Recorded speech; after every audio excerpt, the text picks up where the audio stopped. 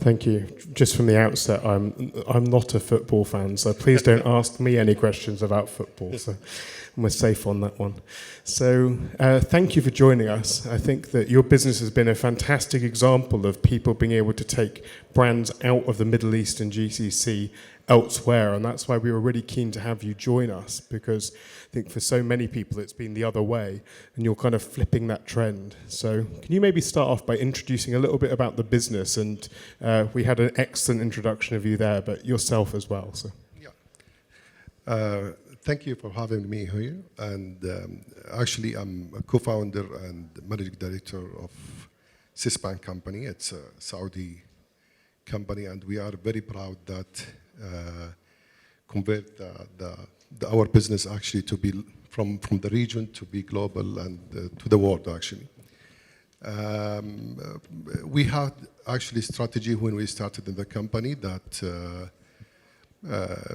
to diversify risk. So how to diversify the risk? You have to diversify your investment in different market. That's why we invested here in Saudi and in GCC and in different continent like Europe, through London, and America. So we started to build the base for each city there, and from Riyadh, and we believe in Riyadh, and especially Riyadh, it's the capital of food in MENA. And of course, London, you know, it's a hub of the creativity and the food development. The same thing in America. So we built our base there and foundation, and then we launched our brands, and that's it. Thank you. And tell us a bit about some of those brands, particularly the Middle Eastern brands first, if that's okay. Yeah, we have actually invested in different category of brands. Of course, that we consider ourselves that we invested in horizontally instead of vertical. We have different investment in different category, like in bakery, we have a Chestnut Lebanese bakery, and we have the Levant bakery. This is newborn actually in London. And in coffee, we have also Gentleman Barista in London, and we have Juan Valdez actually in America. In retail, we have Nagwa. Beef canteen, we have Habra. Burger, we have actually Gamban and Century Burger. And also the sweet is Overjar, and juice bar is Woo. And we have some authentic restaurant like Majlis Khaliji and Khayal, it's from. So we have a different brands, and still we are generating some new brands. Fantastic. And you talked about the UK and US as being two of your international markets. What made you choose those markets over others? You know, we believe actually the business actually in the food, especially, it's rely on three factors. First, the market. You have to choose the right market. It comes from the demand there and what's the customer behavior in each market, and also the circumstance in each market, okay? Because each market has its own circumstance. So this is the first thing. The second is the concept itself. We want to choose it for the market. You have to choose the best concept for this market. And you have to have also different edges and USP in this concept. And the third one, we believe that any brand that there is no one behind it, there is a big threat actually. So we believe in each brand or each concept, there is people behind it. They are dedicated to do this and to ensure that there continuous development. I think this is a really interesting point, because even if you're creating a brand that doesn't necessarily have a founder as such, because it's a kind of created brand by your business, you're quite clear that that brand has to have a kind of ambassador, a brand champion that fundamentally acts like its founder. Can you talk a little bit about that? Because I don't think that that's standard within a lot of growing groups. Yeah, and look, we are believe actually in entrepreneurial business, and we consider ourselves as a incubator for entrepreneurs. So we cooperate with them. We take them from level to level actually, and we strong belief in them. And because of that, one of the arm that our company stand on, it's the creative hub. We have a very strong creative hub to ensure that the continuous development across all the company. It's not necessarily the brand itself, but we are talking about all across of the company, because we have the cloud. Also, we penetrate in the cloud kitchen, and so we have a digital brand, and in the catering. But each actually business unit that we have today, we have edge on it. So we are not believe in regular or classic offering that we have to do. Of course, that the creative hub is not only the chefs or the culinary background. It's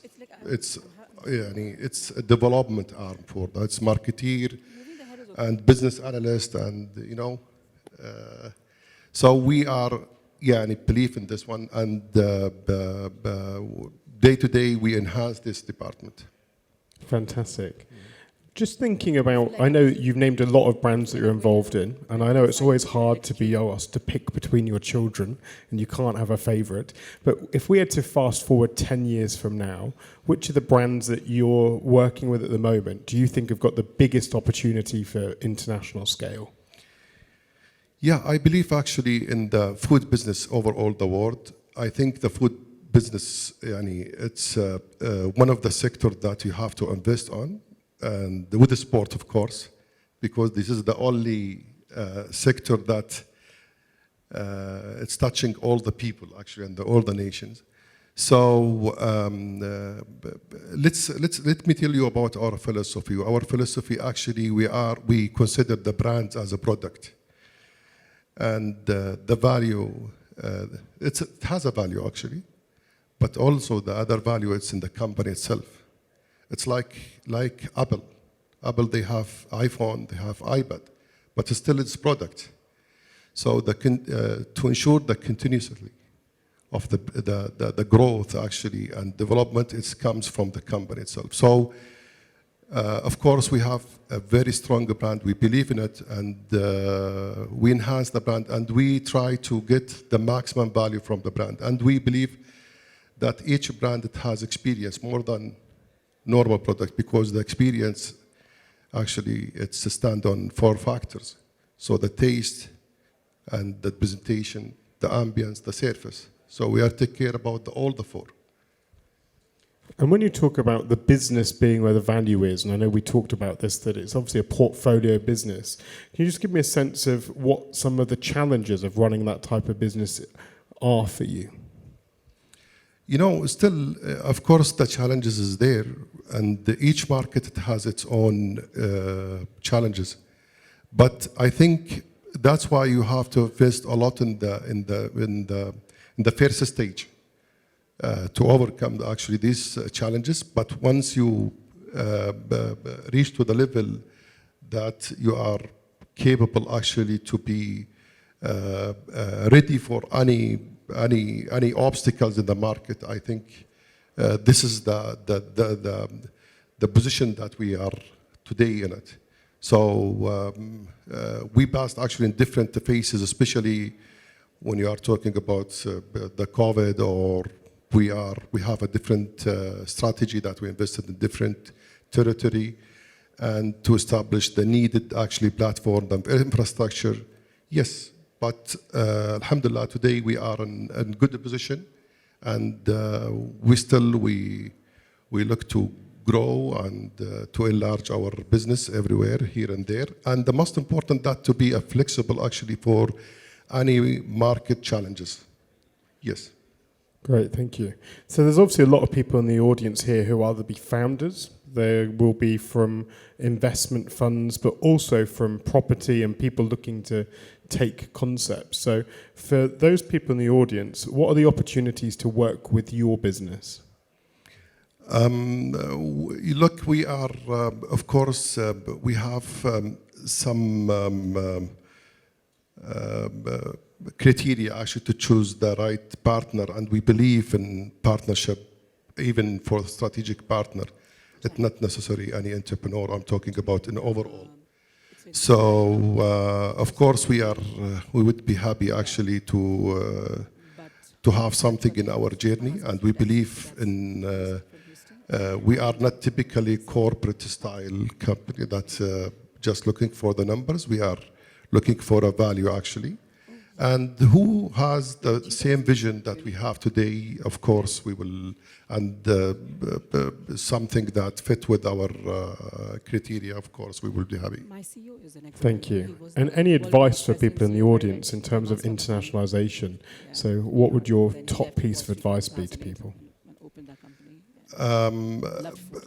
I think the most important thing that you have to take it step by step, and sometimes it depends on your strategy. The most important thing that is strategy itself.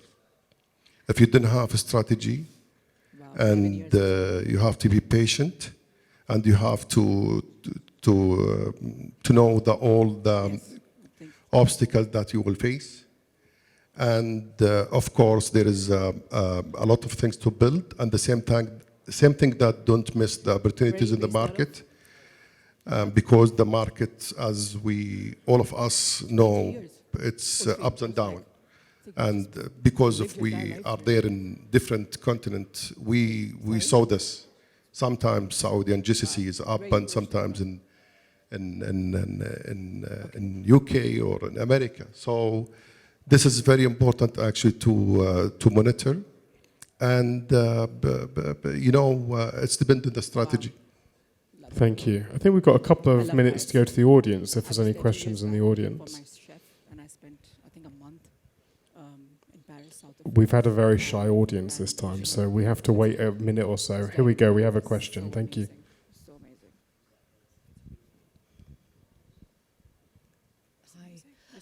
So what's the difference between London market and Riyadh market, and why did you start, if you started in London first? Yeah, as I said to you, this is part of the strategy where we started in London, because we consider London, it's a capital also in Europe for the food hub actually. And if you have a proven concept there, of course that you can get it anywhere. And the same thing that based on our strategy that we have a different brands we created here in Saudi and in GCC or in Kuwait as well, or in London, so we can take a brand from here to there, just as يعني, I don't know if you heard about Chestnut. Chestnut started from Cloud Kitchen here. And then we take it to London and Belgravia. We take another site in Covent Garden, and today in Riyadh. So it's something like this, to take a position. And I know London, there is a lot of challenges there. And back to your question, what the difference between Saudi and London? And the differences exist actually it's not only between Saudi and London, even in Saudi, Kuwait. So when it comes to the labor cost, when it comes to the supply chain, and it comes to the these things, actually, it's a major difference between the two markets. But at the end, you need actually to consider these challenges and to absorb all the challenges there. I think it's a really fascinating point and question, and it really struck me last night at the restaurant that we were at last night that I've been coming here for, I guess, 5 years now, And frankly, we could have been anywhere in the world, in any major city last night, in that dining experience, and it was absolutely excellent. And I think it's just incredible to see how the vision is coming to reality here with such development in the market. I mean, it's something that, as a nation and as entrepreneurs here, you should all be very proud of. So thank you so very much for hosting us here as well. So Thank you. thank you. I think happy.